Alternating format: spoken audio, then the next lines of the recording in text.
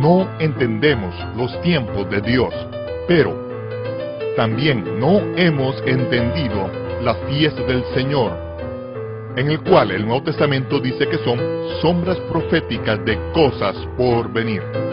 Las profecías en las fiestas del Señor, presentado por Michael Root. Shalom, este es Michael Root en los jardines de Ofel sobre el monte del templo en Jerusalén.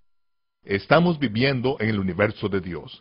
El mundo en el cual vivimos está sincronizado con el calendario de Dios y con su reloj. El sol y la luna están entrelazados en un balance complejo de ley natural que es mucho más exacto que los piñones, los resortes y otras piezas del reloj suizo más fino. El paso de los días, semanas y meses y años continúa siendo calculado por el Todopoderoso, al igual que como lo era desde el inicio. Ya sea que lo entendamos la manera que Dios calcula el tiempo o no, eso no afecta en lo más mínimo los planes de Él. La manera en que Él mide el tiempo se detallan claramente en las escrituras hebreas, pero el mundo occidental ha abandonado la manera en que Dios calcula el tiempo y ha adoptado un calendario pagano en el cual cada día de la semana y cada mes del año tiene el nombre de una deidad pagana diferente o de un ángel caído. Los días, las semanas y los meses y los años todos empiezan y terminan en puntos completamente ficticios en el tiempo. Es como si las manecillas del reloj hubieran sido quebradas. No tenemos idea de qué hora es, pero el Creador sí lo sabe, y no quiere que sus hijos ignoren sus tiempos y sus estaciones. Vamos a regresar a Bereshit, justo al comienzo, a Génesis, para volver a descubrir la manera en que Dios calcula el tiempo. Isaías el profeta dijo que Yahweh es grande, mucho más que los poderosos de la tierra. Contando el final desde el tiempo, desde el propio principio, desde Génesis, y desde tiempos antiguos ha declarado las cosas que están por venir, como si ya hubiesen sucedido. Ya nos ha dicho el final desde el comienzo, en los tiempos y en las estaciones del Señor. Únese a nosotros en los estudios de televisión de Esther Summerall, donde esta presentación multimedia de la profecía de la fiesta del Señor se grabó ante estudiantes de la profecía bíblica reunidos por el Club de la Profecía. Esto es Profecía Bíblica 101. Ahora, episodio número 6 en una serie de 26 partes sobre las profecías de las fiestas del Señor. Estamos viviendo en el universo de Dios. En Génesis 1:14, Dios dijo, haya lumbreras para estaciones, para días y para años. La manera en que Dios reconoce el tiempo está gobernada por el movimiento de los cuerpos celestes. Para entender la manera en que Dios reconoce el tiempo, consideraremos el calendario hebreo bíblico. Este no es el calendario judío moderno. El calendario judío moderno está basado en cálculos astronómicos del rabino Hillel II del siglo IV. Aunque esos cálculos fueron muy precisos para ese tiempo, no fueron lo suficientemente precisos para permanecer actualizados a través de 1600 años en que han estado en uso. De acuerdo con la manera original en que Dios reconoce el tiempo, estamos celebrando las fiestas de la fecha equivocada la mayor parte del tiempo. Sin embargo, ahora que estamos de regreso en la tierra, podemos volver a la manera original en que Dios reconoce el tiempo. Personalmente, creo que Dios gobierna el universo de acuerdo con su calendario, ya sea que lo entendamos o no, o aun si lo reconocemos. Creo que las fiestas santas de Dios se cumplirán de acuerdo con su calendario profético y no de acuerdo con ninguno de nuestros propios malentendidos. Voy a empezar a explicar el calendario bíblico hebreo, el cual aparece en la parte superior. Primero que nada, para entender la manera en que Dios reconoce el tiempo, necesitamos ver cómo se encuentra expresado en el primer capítulo de Génesis, en el capítulo 1, de acuerdo con la manera en que Dios reconoce el tiempo cuando empiezan los días. Los días empezaban a la puesta del sol. No importa la hora, porque cada día es diferente. Es diferente en Jerusalén y en Tel Aviv. Cuando se pone el sol es cuando empieza el día. ¿Cuándo empieza la semana? La semana empieza a la caída del sol del sábado. El Shabbat es el viernes a la caída del sol hasta el sábado a la caída del sol. A medida que el sol se pone al final del Shabbat, al final del sábado empieza el primer día de la semana. Leemos en el libro de los Hechos de los Apóstoles Judíos que los discípulos se reunieron temprano el primer día de la semana a partir del pan. Saúl empezó a enseñar y continuó hasta tarde en la noche, hasta que un joven se quedó dormido y se cayó desde una ventana. Bajaron, corrieron y lo encontraron muerto. Oraron por él y fue resucitado de los muertos. Todos se emocionaron tanto que nadie se pudo dormir esa noche. Cuando salió el sol, Saúl partió con sus compañeros a su siguiente viaje y los demás se fueron a sus labores. En la cultura occidental cristiana, cuando leemos temprano el primer día de la semana se reunieron a partir del pan, inmediatamente se piensa que se levantaron temprano el domingo por la mañana e hicieron algún tipo de desayuno. Solo en su mente gentil occidental. Estaban disfrutando de la tercera comida del Shabbat. Es la cena tradicional al final del sábado, después de todo un día de descanso durante el Shabbat, de estudio de las Escrituras y ser llenados por Dios con el pan de vida. Al final del día lo que aún hacemos en Jerusalén es salir de nuestros hogares y reunirnos en grupos más grandes alrededor de una mesa y todos traen algo de comer. Suena familiar, ¿verdad? Todos comen juntos y cada quien comparte con otros. Todos tienen un salmo, un himno, una doctrina, una revelación. Mira lo que el Señor me mostró. Se ministran unos a otros y por lo general alargan esa comida hacia las primeras horas de la mañana. Nadie quiere que se termine. El sábado es tal bendición que Dios nos dio desde el principio. En Génesis, Él lo santificó, lo apartó, lo hizo santo y dijo, manténganlo santo. Cuando una cultura entera participa del Shabbat, todos quedan llenos. Todos leen las Escrituras y cuando se reúnen tienen algo para compartir. No se reúnen como recipientes vacíos que necesitan de un profesional pagado para que intente levantarlos de la tumba durante una hora cada semana. No hay ministro a que se le pague suficiente para que levante a quienes están espiritualmente muertos o que sea realmente tan bueno para ello, porque se espera que se ministren unos a otros. Esa es la manera en que los creyentes se reunían durante el siglo I, partían el pan y lo compartían hasta altas horas de la noche, hasta que alguien se cayera de una ventana y lo levantaran muerto. Quizá esa fue la razón por la cual se inventaron las ventanas, para evitar que los niños se cayeran a la medianoche temprano el primer día de la semana. Necesitamos tener una perspectiva precisa de lo que la iglesia del primer siglo entendía, que estos eran creyentes judíos que se reunían como lo habían hecho toda la vida después de que creer en el Mesías, continuaron viviendo de acuerdo con su cultura bíblica. Todas las sinagogas empezaron en el hogar. Los primeros creyentes se reunían en hogares. Fue Constantino quien empezó a construir catedrales con asientos como de teatro y con un profesional pagado al frente. Cuando la forma no le permite al cuerpo de creyentes funcionar con cada uno como ministro, entonces la forma es incorrecta. Esta forma con estilo de teatro es buena para diseminar información, pero no es la manera en que opera la asamblea en la que se ministran unos a otros. Yo puedo ministrar de esta manera, pero tiene que haber una función de pleno compartir en el cuerpo de creyentes. Todos necesitan ministrarse unos a otros hasta que todos lleguen a la plenitud y la estatura del Mesías. Esa es la meta. Suficiente predicación. Volvamos a lo del calendario. De acuerdo con la manera en que Dios reconoce el tiempo cuando se inician los meses. Los meses comienzan cuando aparece el primer rayito de luna. Hay un mikra, un ensayo que se practica para determinar cómo se establece. Cuando aparece el primer rayito de luna es cuando se inicia el nuevo mes.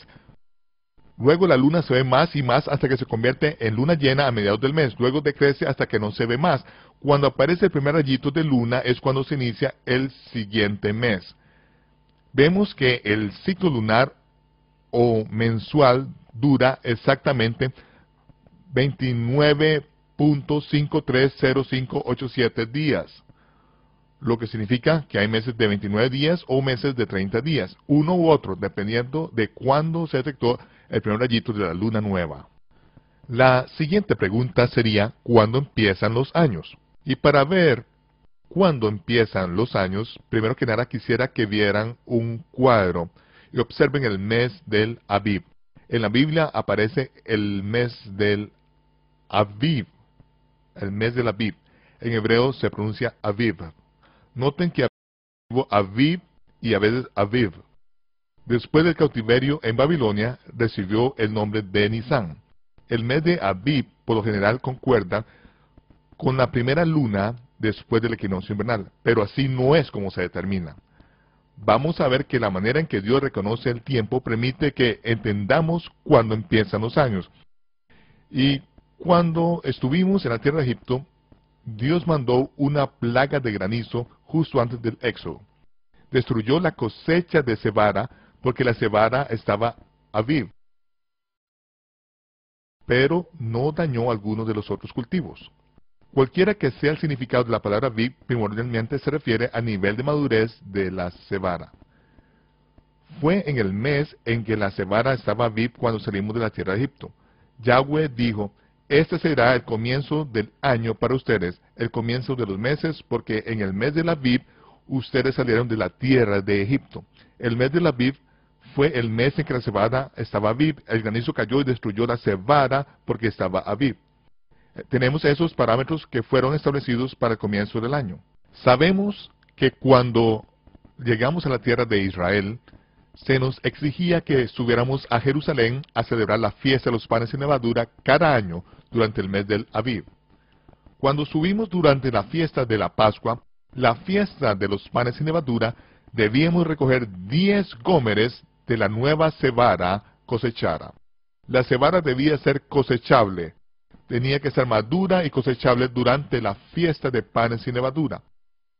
Sabemos que 15 días antes de la fiesta, la cebada tenía que estar Aviv.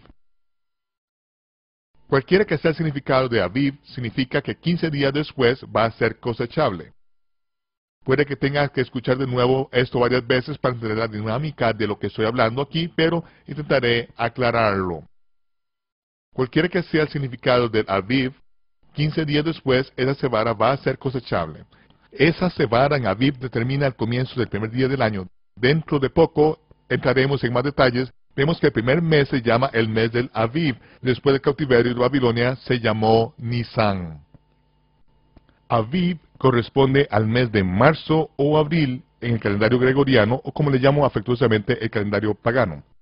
Luego tenemos el segundo mes, que es el mes de Ayar. El tercer mes, Siwan. El cuarto mes en el calendario judío se llama el mes de Tamuz. ¿De qué trata el mes de Tamuz? ¿De dónde viene ese nombre? Leemos en el capítulo 8 de Ezequiel cómo Dios lleva a Ezequiel por el pasillo de atrás del templo. Por revelación, Ezequiel atraviesa la pared y en el pasillo de atrás Dios le dice: cava más profundo, veamos qué ocurre entre bastidores. Dios lo lleva al templo y le muestra lo que sucede allí. Y Dios dice que es una abominación. Dios le dice, además, te voy a mostrar una abominación aún mayor. Dios le muestra a unas mujeres que lloran por Tamuz. Que las mujeres lloran por Tamuz era una abominación. ¿Quién es este Tamuz? Tamuz es el hijo de Semiramis o Beltis, la esposa de Nimrod. Nimrod fue quien construyó la torre de Babel. De acuerdo con la adoración y enseñanza babilónica del dios Sol, cuando murió Nimrod, ascendió al cielo y se convirtió literalmente en el Sol. Ahora es el dios Sol babilónico. La esposa de Nimrod, Semiramis, mucho tiempo después queda embarazada, pero no de la manera en que uno esperaría. Queda embarazada porque los rayos del sol, Nimrod, su esposo muerto, la han embarazado. Ahora va a dar a luz al dios Sol renacido. Le pone por nombre Tamuz. La fecha de su nacimiento es el 25 de diciembre. Ahora, esto realmente no son noticias para los israelitas. Recuerde que estuvimos en Egipto. El nacimiento del dios Sol Ra también se celebra el 25 de diciembre.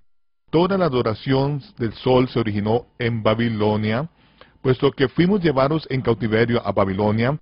Saber que el dios Sol babilónico nació el 25 de diciembre Muchos años después, cuando Antíoco Epífanes llegó y conquistó Jerusalén, asó un cerdo en el altar de bronce, profanando así el altar. Luego erigió en el templo una estatua de Zeus, en el dios sol griego, el cumpleaños de Zeus, el 25 de diciembre.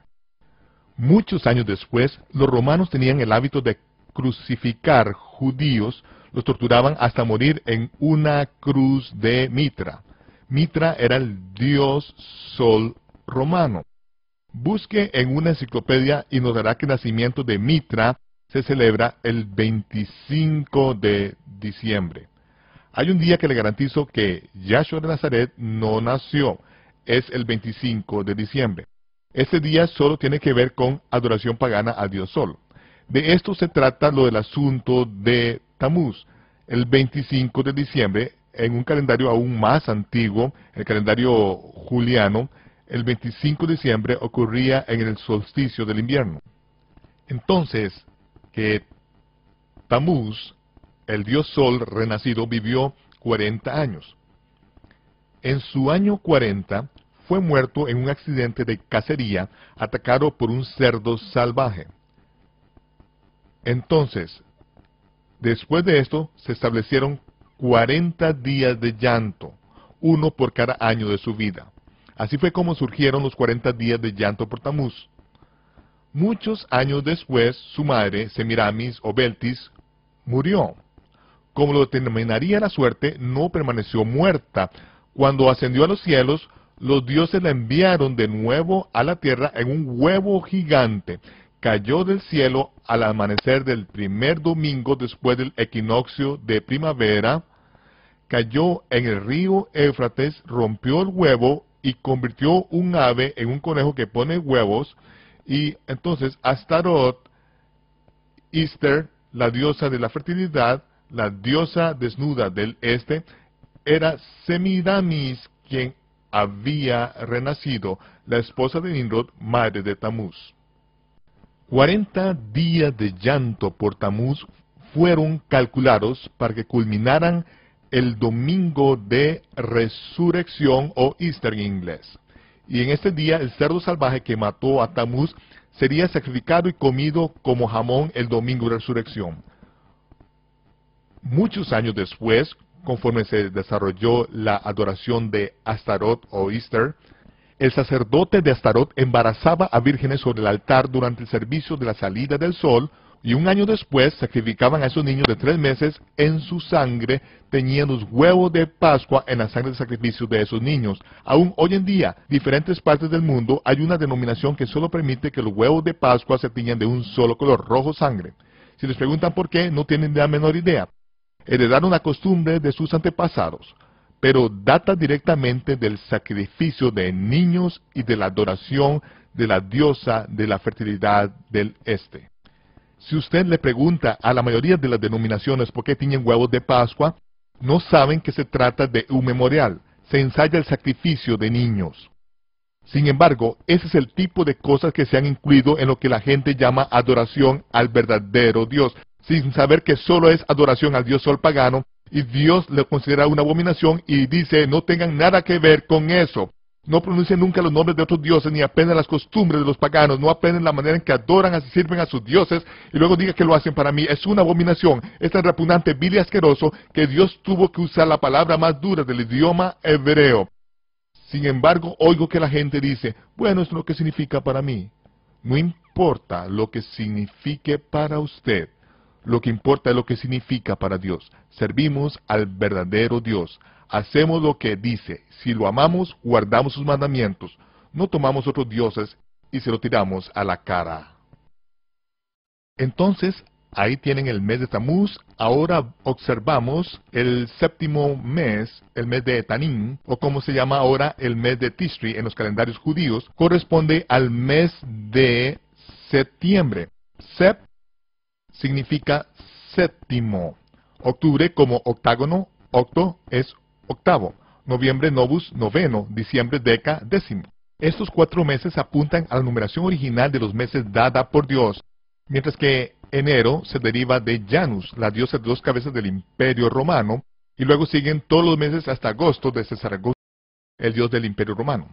Hasta en el calendario pagano hay un poquito de evidencia de la manera original en que Dios reconoce el tiempo, aunque se haya cambiado completamente.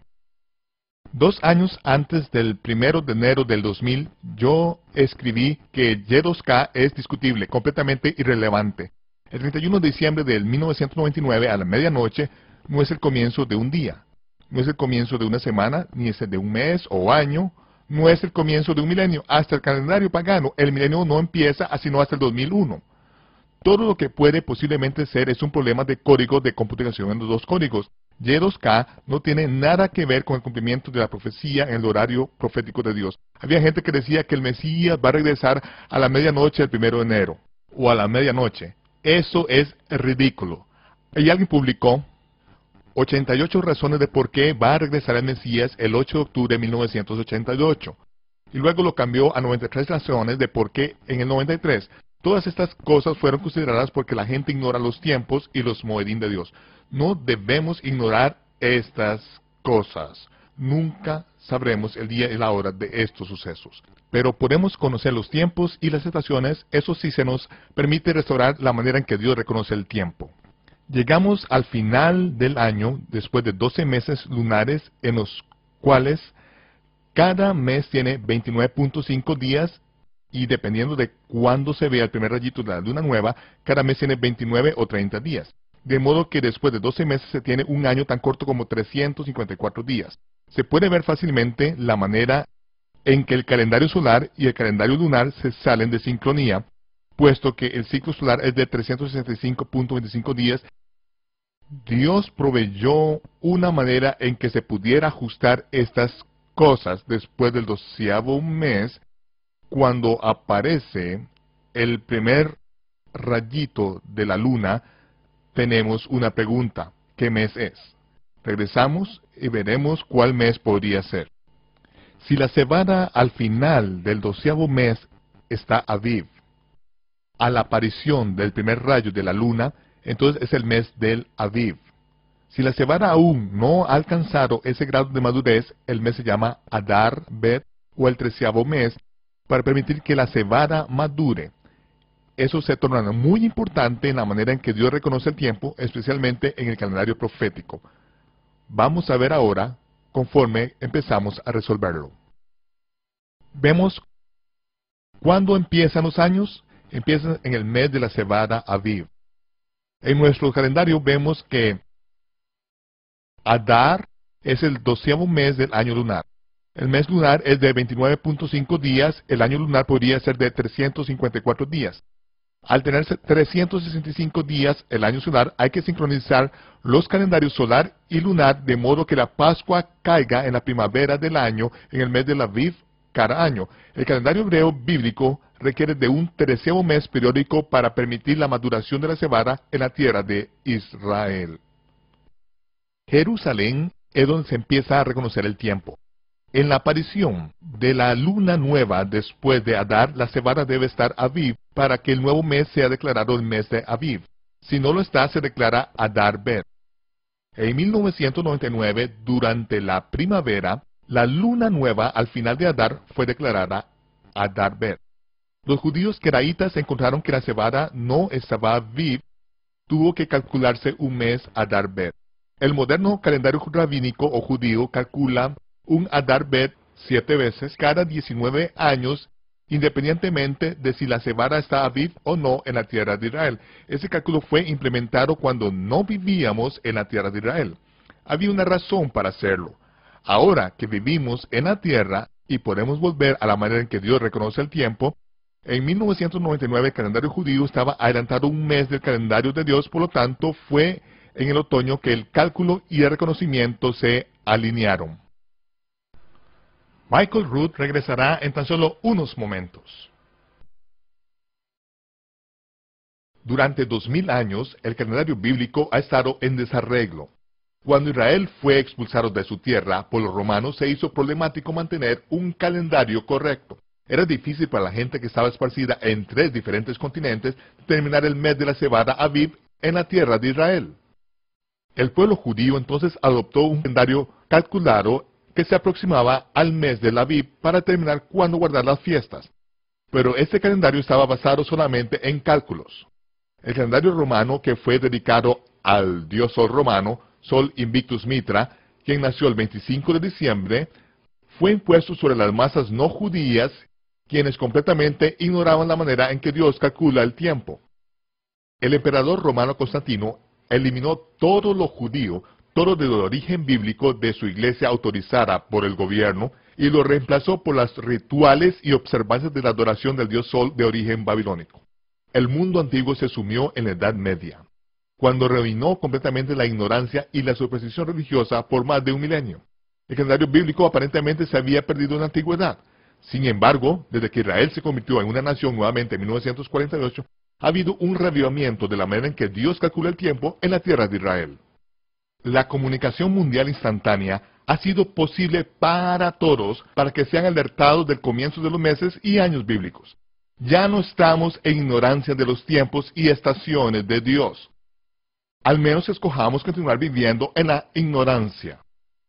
Lo invitamos a que se una a nosotros nuevamente la próxima vez para el episodio número 7 de la serie de 26 partes sobre las profecías de la fiesta del Señor, el Shabbat, el día o el milenio del Señor.